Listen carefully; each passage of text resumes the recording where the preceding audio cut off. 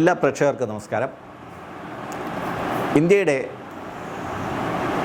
പ്രതിരോധ നയതന്ത്ര മേഖലകളിലുണ്ടായിട്ടുള്ള വളരെ സ്വിഫ്റ്റായിട്ടുള്ള ചില ഷിഫ്റ്റുകളെ പറ്റിയിട്ടാണ് ഞാൻ സംസാരിക്കുന്നത്. 2025 ഇന്ത്യയുടെ പ്രതിരോധ മേഖലയിൽ ഏറ്റവും പ്രധാനപ്പെട്ട അക്വിസിഷൻസ് നടന്ന ഒരു വർഷമാണ്. മാത്രമല്ല പല ഓർഡറുകൾക്ക് നമ്മൾ ലഭിച്ചു എന്നുള്ളതിൽ കവിഞ്ഞ് ഇന്ത്യയിലെ പ്രധാനപ്പെട്ട എല്ലാ സ്വകാര്യ കമ്പനികളെയും മേജർ കമ്പനികളെയും നമ്മൾ പ്രതിരോധ രംഗത്തേക്ക് കൈപിടിച്ചു കൊണ്ടുവന്നു എന്നുള്ളതാണ് അതിലേറ്റവും പ്രധാനം. അത് ടാറ്റ അഡ്വാൻസ് സിസ്റ്റം ആയാലും ശരി, അദാനി സ്പേസ് ആയാലും ശരി, അംബാനിയുടെ കമ്പനി ആയാലും ശരി, ഗോദ്രേജ് ആണെങ്കിലും, മഹീന്ദ്ര ആണെങ്കിലും, ഭാരത് ഫോർജ് ആണെങ്കിലും, അങ്ങനെ ഒട്ടനവധി കോർപ്പറേറ്റ് ഹൗസുകളെ നമ്മൾ ഡിഫൻസ് മേഖലയിലേക്ക് ക്ഷണിച്ചു കൊണ്ടുവരികയാണ്. ഇത് അവരെ നന്നാക്കാൻ വേണ്ടിയിട്ട് മാത്രമല്ല ഇന്ത്യ ഗവൺമെൻറ് അങ്ങനെ ചെയ്യുന്നത്. നമുക്ക് കിട്ടിയിട്ടുള്ള ഓർഡറുകൾ, നമ്മുടെ ലക്ഷ്യങ്ങൾ നേടണമെങ്കിൽ DRDOയുടെയോ അല്ലെങ്കിൽ ഹിന്ദുസ്ഥാൻ എയറോനോട്ടിക്സിൻ്റെയോ അല്ലെങ്കിൽ ഭാരത് ഡൈനാമിക്സിൻ്റെയോ ഭാരത് ഇലക്ട്രോണിക്സിൻ്റെയോ ഒന്നും ആൾക്കാരെ കൊണ്ട് ഇത് ചെയ്ത് തീർക്കാൻ പറ്റുന്ന ഒരു കാര്യമല്ല. ബേസിക്കലി പറയുമ്പോൾ ഇവരെല്ലാവരും ഇന്ത്യ ഗവൺമെൻറ്റിൻ്റെ ജോലിക്കാരാണ്. ഈ കമ്പനികളെല്ലാം അവരുടെ ഉദ്യോഗസ്ഥന്മാർക്ക് ഉള്ള പ്രൊഡക്ഷൻ്റെ ലിമിറ്റേഷൻസ് ഉണ്ട്. അവരിൽ നിന്ന് നമ്മൾ പ്രതീക്ഷിക്കുന്നത് അധികമൊന്നുമല്ല. പക്ഷേ ഹിന്ദുസ്ഥാൻ എയറോനോട്ടിക്സ് പോലുള്ള കമ്പനികൾക്ക് കിട്ടിയിരിക്കുന്ന ഓർഡറുകൾ, അവരുടെയൊക്കെ ഓർഡർ ബുക്കുകളെല്ലാം ഫുള്ളാണ്. അടുത്ത 25 വർഷത്തേക്കുള്ള ഓർഡർ അവർക്കുണ്ട് കയ്യിൽ. പക്ഷേ അവർക്ക് ചെയ്യാൻ വേണ്ടിയിട്ടുള്ള ആൾബലമില്ല. മാത്രമല്ല പബ്ലിക് സെക്ടർ അണ്ടർടേക്കിങ്സിൽ നമ്മൾ ആൾക്കാരെ കൊണ്ട് പണിയെടുപ്പിക്കുന്നതിനകത്ത് ഒരു ലിമിറ്റുണ്ട്. നമുക്ക് ടാർഗറ്റ് കൊടുത്തിട്ട് അങ്ങനെയൊക്കെ ചെയ്യിക്കാൻ വലിയ ഒരുപാട് പരിമിതികളുണ്ട്. അതേസമയം പ്രൈവറ്റ് സെക്ടറിൽ അവർ ഓരോ പ്രൊജക്റ്റിനും അതിൽ വിദഗ്ധരായ ചെറുപ്പക്കാരായ യുവ എൻജിനീയർമാരെയും മാനേജർമാരെയും റിക്രൂട്ട് ചെയ്യുകയും ആ ഒരു പ്രൊജക്റ്റിൽ അവരെ ഫുള്ളായിട്ട് ഇൻവോൾവ് ചെയ്യുകയും ചെയ്യിക്കുകയാണ്. ഇങ്ങനെ വരുമ്പോഴത്തേക്ക് നമ്മുടെ പ്രൊഡക്ഷൻ്റെ ലാഗുണ്ട്. നമ്മളിപ്പോൾ തന്നെ നമുക്കറിയാം HALൻ്റെ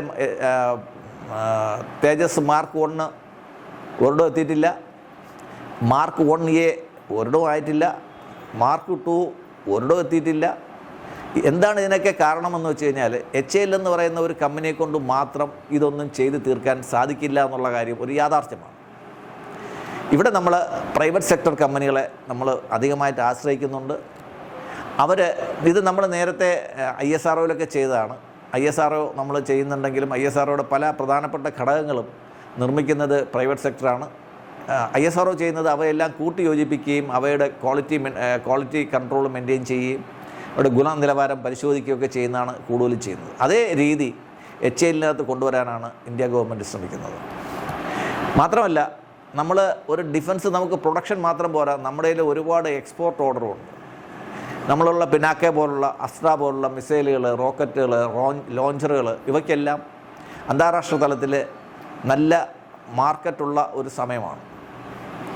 ഈ രീതിയിലുള്ള വികസനമൊന്നും നമുക്ക് ഒറ്റയ്ക്ക് നടത്താൻ, ഗവൺമെൻറ്റിന് മാത്രമായിട്ട് നടത്താൻ സാധിക്കില്ല.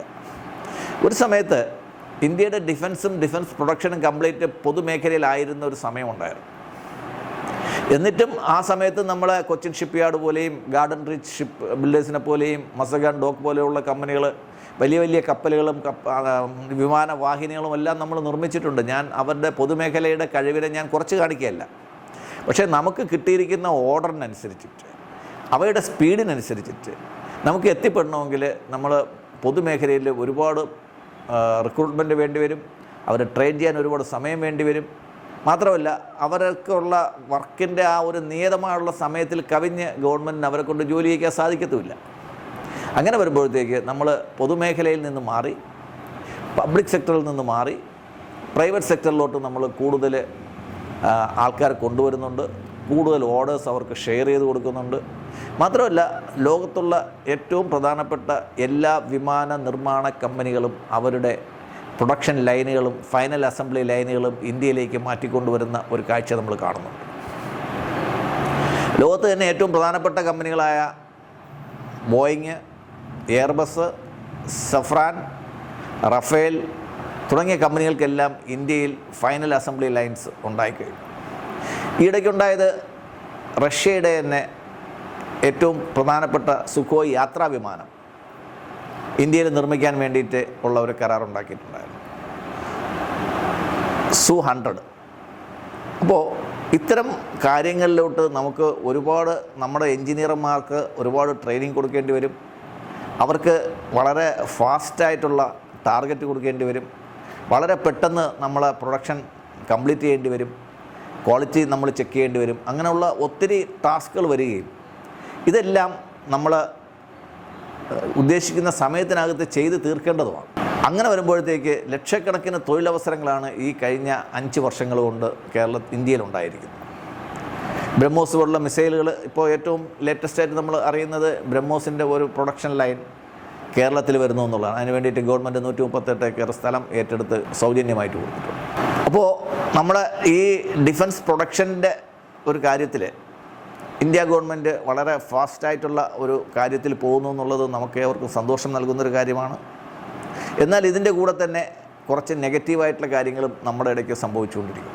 Su-30 വിമാനം ഇന്നലെ ക്രാഷ് ചെയ്തു.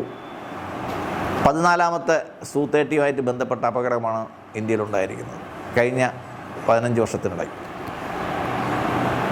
നമ്മൾ വളരെ സേഫായിട്ടുള്ളൊരു വിമാനമായിട്ട് കണക്കാക്കുന്ന ഒന്നാണ് Su-30 MKI അല്ലെങ്കിൽ MK-1 എന്നും പറയാറുണ്ട്. അത് മേക്ക് ഫോർ ഇന്ത്യയാണ്. അതിലുണ്ടായ തകരാറെന്തെന്ന് നമുക്ക് ഇതുവരെ മനസ്സിലായിട്ടില്ല.